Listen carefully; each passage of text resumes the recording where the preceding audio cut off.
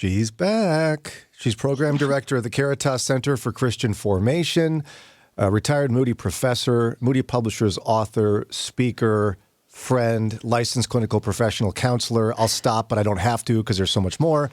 Nancy Kane, welcome back. Well, good to be with you. Are you ready? Are you ready?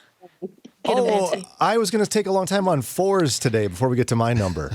No? Sure. Yeah. Yeah, it's finally my turn. If you're just tuning in, we've been doing a series with Nancy for the last couple of weeks on the Enneagram. You can go listen to our archives about that, and also one addressing any of you who may be like, Enneagram, why are you doing that? Well, we explain the whole thing. You can look on YouTube and find that. For now, we got to numbers 4 and 5.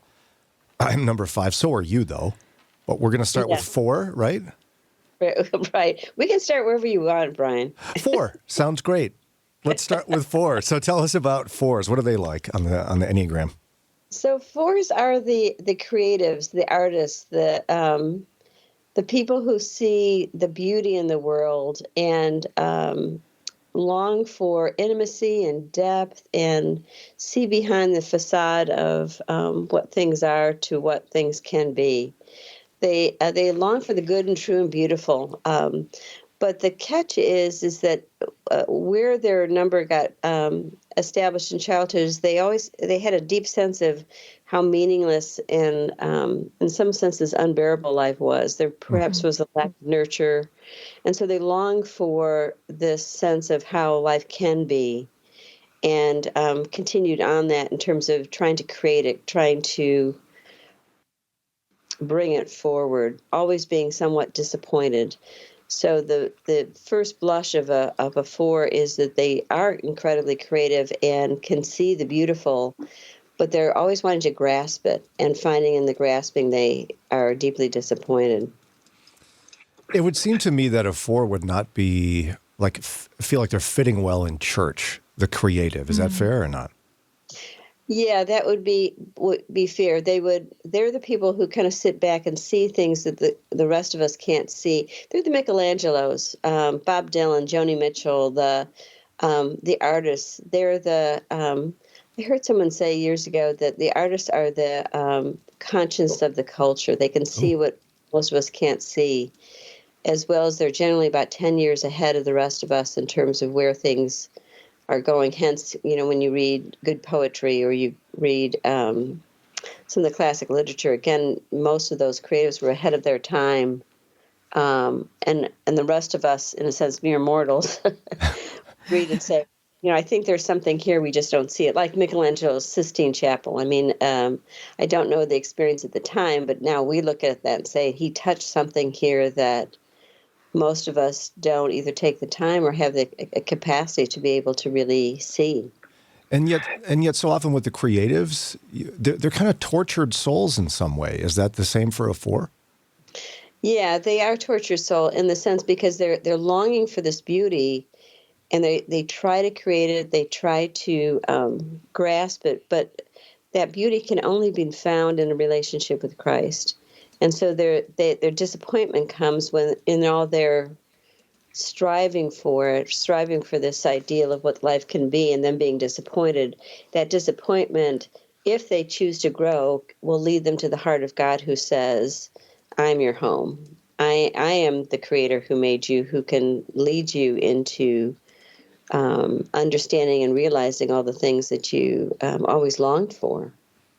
And so, in a sense, they're reaching for fulfillment in like the ultimate creative pursuit or the perfect creation or whatever it is, and so they'll ultimately end up empty if they're chasing a creation of some sort. Exactly. That's why interpersonally, 4s tend to be the most moody and temperamental. Nope.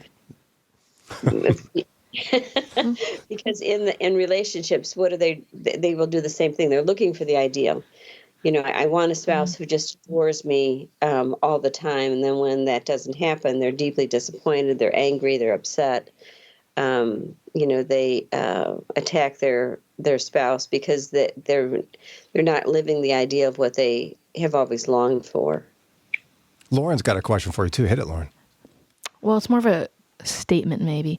I have a friend who's a 4, And whenever we get together, they're always like, okay, but what are you like really feeling about that?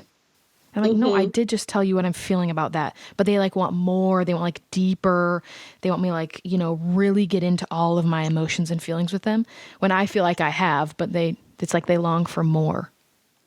Yeah, well, they're longing for the ideal that there can be this profound connection that changes everything. Like Yeah. this moment in which, can be so deeply meaningful that you guys have connected on a level where nothing else really matters. But see, it's always elusive because we can't, that goes to the grasping. Fours are looking for that and wanting to manage that, wanting to create that, and they'll never find it. So then how do they find healthiness, Nancy, when it comes to relationship with Jesus? Because they might scoff at you and go, well, I mean, but that's God. I want to create a tangible thing or feel something now with my friend. Well, that fours that we've had in the program, one of the things that we talked to them about is the idolatry of feelings. Is that they'll set their feelings above their relationship with Christ. And they have to come to the sense of recognizing that their feelings are not their full reality, that Christ is their full reality, and that in submission to Him, in the surrender to Him, He orders their internal life. He begins to show them how He can be the person who makes sense of the world that they have been trying to find so desperately to create. That's a hard road for a creative, I think. It's very hard. And I think that because at times they'll touch, they'll create a piece of art or poetry that seems to touch the heart of God. But as long as they're not touching Him, there'll be the fall, there'll be the disappointment. And they keep looking for it in their relationships. They keep looking for it in their world. But they have to realize that they're no better than anybody else. They're no worse than anybody else, because they inherently are fighting against a feeling of just feeling bad, that somehow they're not okay, and so they again numb themselves with if they create a piece of art that's meaningful for them for that moment, they feel okay. We're talking with Nancy Kane, Program Director of the Caritas Center for Christian Formation, about the Enneagram. We've been covering a bunch of the numbers. Today, we finally get to ours, I can call it, Nancy, because you and I are both, I was recently discovered to be, by you, a 5. Well, the jury can still be out here. I mean, you can be whatever you want to be, Brian. Yeah, I thought I was a 6 for a long time, but the more you and I have spent time together and the more I've been in your program, the Caritas Center for Christian Formation, the more you've been like, no, I think you're actually a 5. So I'm curious to dig into this a bit with you. Tell us about all the wonderful things about 5. Well, where do we begin? I mean, we need hours. We need hours. We do. The 5s are the visionaries. These are the people who absorb knowledge quite easily. They are always seeking to know, to understand new ideas. They're the researchers, the inventors. They're objective questioning. They explore things in detail. They're naturally curious. But they also tend to be a little bit out of the box. That's where I thought, I think you have some flavors of the 5 in terms of they're the creative thinkers. So, the average person will look at it like I remember someone describing this to me the other day or a while back, that can look at a Coke can and say, well, that's a Coke can. Whereas a 5 would look at it and say, well, that's not just a Coke can. Yeah. That's a place in the world that, so they look at the 10,000 possibilities of what something can be. And I see that for you on the program is that you have an incredible ability to be able to say, so what about, but there's this, and, people could be thinking X, Y, and Z, which is very much the creative thinking of a 5. Well, and I've got this level of curiosity that I thought just everybody had until the more I analyzed it. I have just like insatiable curiosity, but I don't want to know a lot. I just want to know a little and then move on. Maybe that's a Brian problem. The challenge for the 5s is to know enough to be able to master it. They need to learn to, because without that they can go to, like all the other numbers, they can go the negative part of a 7, which is more of a lot of information, but not necessarily a focus towards anything in particular. Oh, so just aimless learning?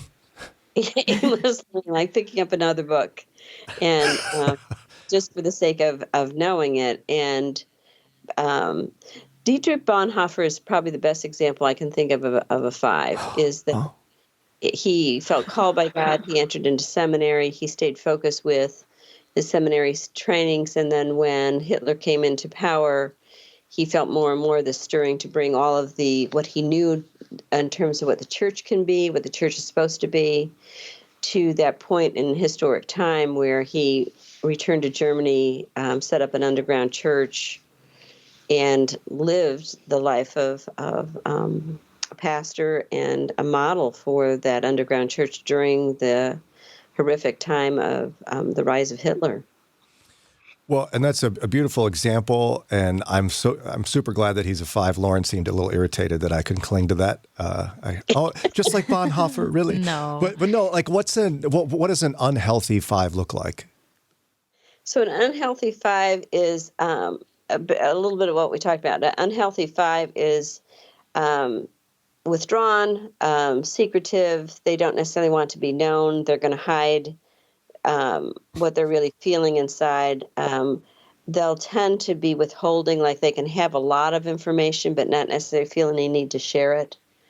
And be quite comfortable in that. And I think in my own life, when I stumbled on this information so many years ago, this now has to be 20 plus years ago, I realizing I was a 5, unfortunately. That's how I feel about it. That cringe factor of when you stumble on your number, but I realized that the Lord was calling me to the virtue of generosity, that the antidote to that avarice or that withholding is being generous. And so, I said before the Lord that whatever you bring before me, I will bring forward whatever I know. And saying yes to his opportunities to give and to be generous versus the natural inclination to just hold back, to hoard that knowledge just because you have it and you have no need to have to share with anybody. Well, and it sounds like, because I joke about this tendency all the time on the show, but there's this tendency for 5s to be more reclusive. They want to be more alone. Right. That can be the downside of the 5 in terms of they can be more withdrawn, reclusive. They're very comfortable being on their own. The upside of that is these are the contemplatives. These are the people that can spend, if they choose to use the time in that way, that spend their time in silence and solitude in prayer and really engaging God in that way. They're quite comfortable in that zone. Yeah, just contemplating, thinking deeply. Thinking deeply with God. So being able to let the Spirit in those quiet times be able to speak to your heart about truths about Him, about the world, about people, about relationships. So these truly are the people that are they're the contemplatives. They are the people that can spend that time in very fruitful time of silence. Wow, we sound great, don't we? I'm just teasing because we're both 5, so we have a vested interest in this one. If I'm not mistaken, 5s are the best in the Enneagram? No. Wow. They used to be 6s, but that was recently changed to 5s? The 5 is growing in humility. That's Dang. You enjoyed that, didn't you, Lauren? Well, you're up next, Lauren. We're doing 6s next week. So get us some real good stuff for that. Okay, that sounds fun. All right. Nancy, we appreciate you. Nancy Kane, we'll talk to you next week, okay? Thank you for the time. Always good to be with you.